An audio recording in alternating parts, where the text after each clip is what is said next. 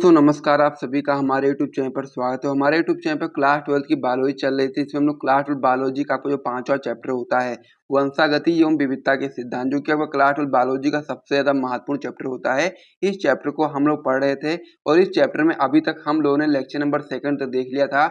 आज का वीडियो पर लेक्चर नंबर 3 रहने वाला, तो इसीलिए आप लोग इस चैप्टर के कोई भी लेक्चर बिल्कुल भी स्किप मत करिएगा। पहले भी मैं आपको बता चुका हूँ कि चैप्टर आपके बोर्ड एग्जाम के लिए बहुत ही महत्वपूर्ण होता है और यहाँ से क्वेश्चन आपके बोर्ड एग्जाम में बहुत सारे आते हैं। और साथ ही में ये चैप्टर आपको थोड़ा सा टफ लग सकता है, इसीलिए मैं इसे कह सकता मतलब कि इसीलिए मैं आपको बार बार बोल रहा हूँ कि आप लोग इस चैप्टर को अभी के अभी तैयार कर लो अच्छे तरीके से, ताकि यहाँ से आपके बहुत सारे नंबर बोर्ड एग्जाम के लिए बिल्कुल पक्के हो जाएं अभी से। तो इसीलिए आप वीडियो को बिल्कुल भी स्किप मत करिएगा। यदि आप लोगों ने क्लास 12 की बायोलॉजी में बहुत ही अच्छा इसको करना चाहते हैं तो इसीलिए आप वीडियो को बिल्कुल भी स्किप मत करिएगा। पूरी वीडियो को शुरू से लेकर के अंतिम तक देखिएगा। पुराने लेक्चर को यदि आप लोगों ने अभी तक नहीं देखा है तो उसे भी जरूर देख लीजिएगा। और साथ ही में यदि आपको वीडियो पसंद आती है तो वीडियो को लाइक, चैनल को सब्सक्राइब करना बिल्कुल भी मत भूलिएगा। इस प्रकार सारी चीज़ों करने में काफ़ी समय और मेहनत लगती है, तो इसीलिए मैं उम्मीद करता हूं कि आप लोग वीडियो को लाइक करोगे, चैनल को सब्सक्राइब करोगे, साथ ही वीडियो को अपने दोस्तों का शेयर करोगे, ताकि अधिक से अधिक लोग आकर के इस वीडियो का लाभ उठा पाएँ। और साथ ही में हमें भी अच्छा लगेगा जब अधिक से अधिक लोग वीडियो को देखेंगे, समझेंगे चीज़ों को, तो बहुत ही अच्छा लगेगा। तो चलिए वीडियो को स्टार्ट करते हैं। क्लास 12 बायोलॉजी का 5वां चैप्टर होता है वंशागति एवं विविधता के सिद्धांत। इसमें हम लोग आज पढ़ने वाले लेक्चर नंबर 3 के बारे में। इससे पहले जो हम लोगों ने लेक्चर पढ़ा है उसमें बहुत सारी चीज़ों को हम लोगों ने बेसिक चीज़ों को समझा था, जो आप लोग लेक्चर को देखोगे तो समझ में आपको आ जाएगा। तो इसीलिए आप लोग प्लेलिस्ट में जाकर के चेक भी कर सकते हो, वहाँ पर आपको वीडियो की लिंक मिल जाएगी और आप लोग देख करके सारे चीज़ों को तैयार कर सकते हो। अब हम लोग पढ़ने वाले हैं आज की इस वीडियो में लेक्चर नंबर 3 में जो टॉपिक पढ़ने वाले हैं, आइए हम लोग उस टॉपिक को लेकर के आ जाते हैं। तो इस लेक्चर में हम लोग पढ़ने वाले हैं मेंडलवाद के बारे में कि मेंडलवाद क्या होता है, यानी कि मेंडलिज्म क्या होता है। मेंडलवाद के बारे में हम लोग इस चैप्टर में पढ़ेंगे। और साथ ही में मेंडल ने कह सकते हैं कि जो उन्होंने प्रयोग किए थे उसके लिए उन्होंने मटर का क्यों ही उपयोग किया था, वो सारी चीज़ें हम लोग इस वीडियो में डिस्कस करने वाले हैं। तो सबसे पहले मेंडलवाद की बात करेंगे तो उसमें आप बताओगे कि जो मेंडल है, मेंडल का जन्म हुआ था 22 जुलाई 1822 ईस्वी में। क्योंकि जानते हैं कि जो अनुवांशिकी है यानी कि जेनेटिक्स है, उसका जो जनक कौन है, ग्रेगर जॉन मेंडल है। तो इसीलिए सबसे पहले मेंडल के बारे में थोड़ी सी जानकारी आपको यहाँ पर होनी चाहिए कि जो मेंडल है इनका जन्म हुआ था 22 जुलाई 1822 ईस्वी में। इनका जो जन्म स्थान है वो आपका ऑस्ट्रिया देश के ब्रुन शहर में, यानी कि एक ऑस्ट्रिया देश है उसके ब्रुन शहर में इनका जन्म हुआ था 22 जुलाई 1822 ईस्वी में। परिवार की यदि हम लोग बात करेंगे इनके, तो माली परिवार से संबंधित थे आपके मेंडल जी। ठीक है, आगे आप बताओगे इसमें कि बड़े होने पर ये ब्रुन शहर के चर्च में पादरी बन गए, यानी कि जब ये बड़े हुए तो ये ब्रुन शहर के जो कह सकते हैं चर्च है उसमें पादरी बन गए। अब यहाँ पर थोड़ी सी जानकारी मेंडल के बारे में आप लोग यहाँ पर ले लीजिए, क्योंकि इन्हीं के ऊपर ये चैप्टर आधारित है, बहुत ही इंपॉर्टेंट है, तो इसलिए आप लोग इसको जानना जरूरी आप लोग के लिए हो जाता है। अगला पॉइंट आप इसमें बताएंगे कि इन्होंने मटर के पौधे पर लगभग 7 वर्षों यानी कि 1856 ईस्वी से स्टार्ट किया था और 1863 ईस्वी तक इन्होंने प्रयोग किया था। मटर के पौधे पर 7 साल तक लगभग इन्होंने उस पर प्रयोग किया था। मटर के पौधे का वैज्ञानिक नाम भी आप लोग यहाँ पर समझ लीजिए, क्योंकि ये भी आपके बोर्ड एग्जाम में आ सकता है कि मटर के पौधे का वैज्ञानिक नाम बताइए, तो आप बता सकते हैं पैसम सटाइवम आपका जो होता है वो आपका होता है मटर के पौधे का वैज्ञानिक नाम।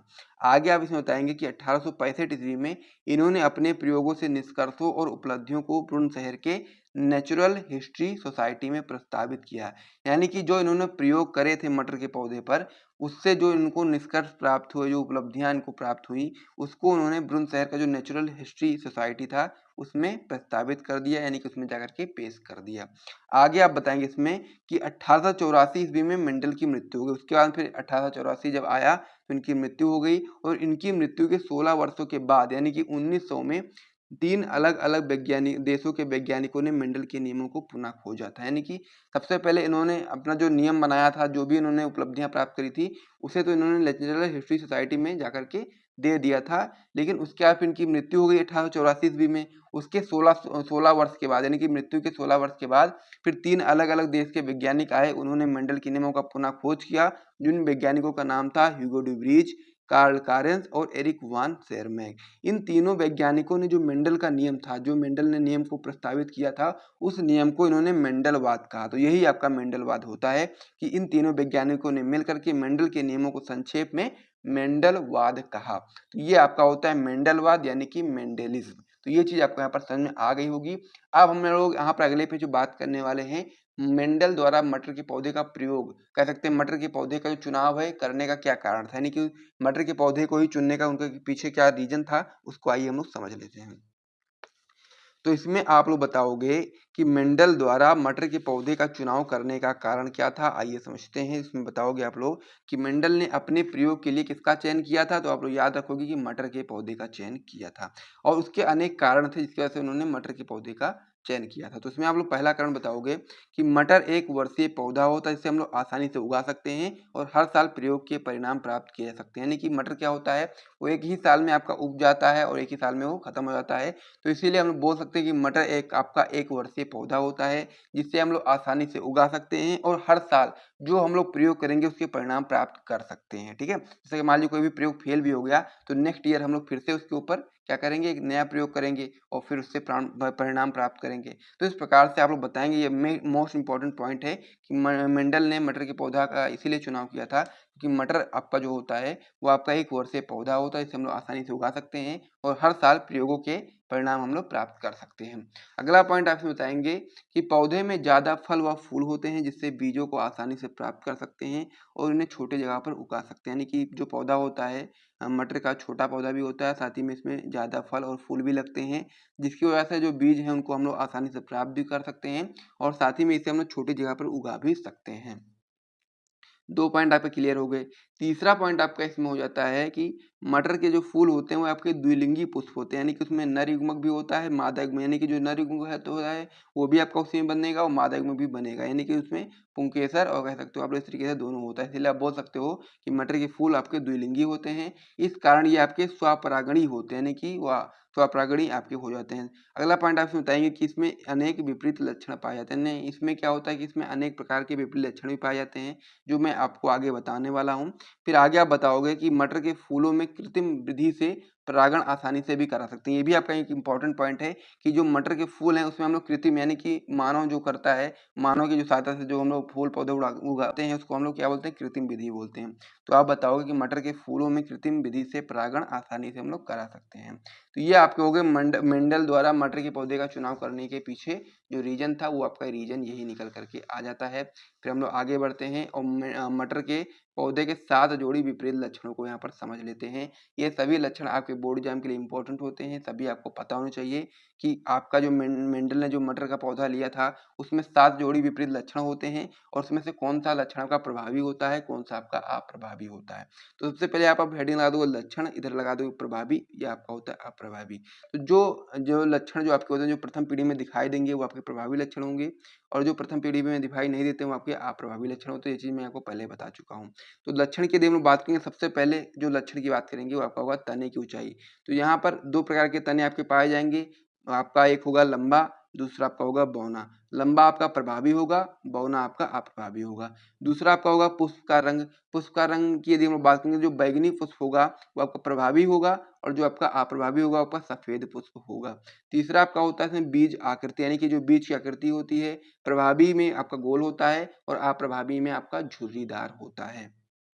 आपका होता है इसमें फली की आकृति। तो प्रभावी की यदि हम लोग बात करेंगे तो उसमें आपका फूली हुई होती है और अप्रभावी में आपका जो फली की आकृति होती है वो पिचकी हुई होती है। पांचवा इसमें प्रकार आपका हो जाएगा लक्षण का, वो आपका हो जाएगा फली का रंग। आपका जो प्रभावी होगा वो आपका हरा होगा, यानी कि जो प्रभावी जो फली का रंग होगा आपका हरा होगा और वहीं पर जो पीले जो आपके कह सकते हैं फली के रंग होंगे वो आपके अप्रभावी में आ जाएंगे।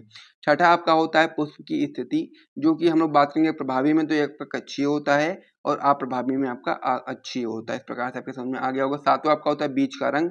यदि हम लोग प्रभावी की बात करेंगे तो प्रभावी बीज का रंग पीला होता है, अप्रभावी का हरा होता है।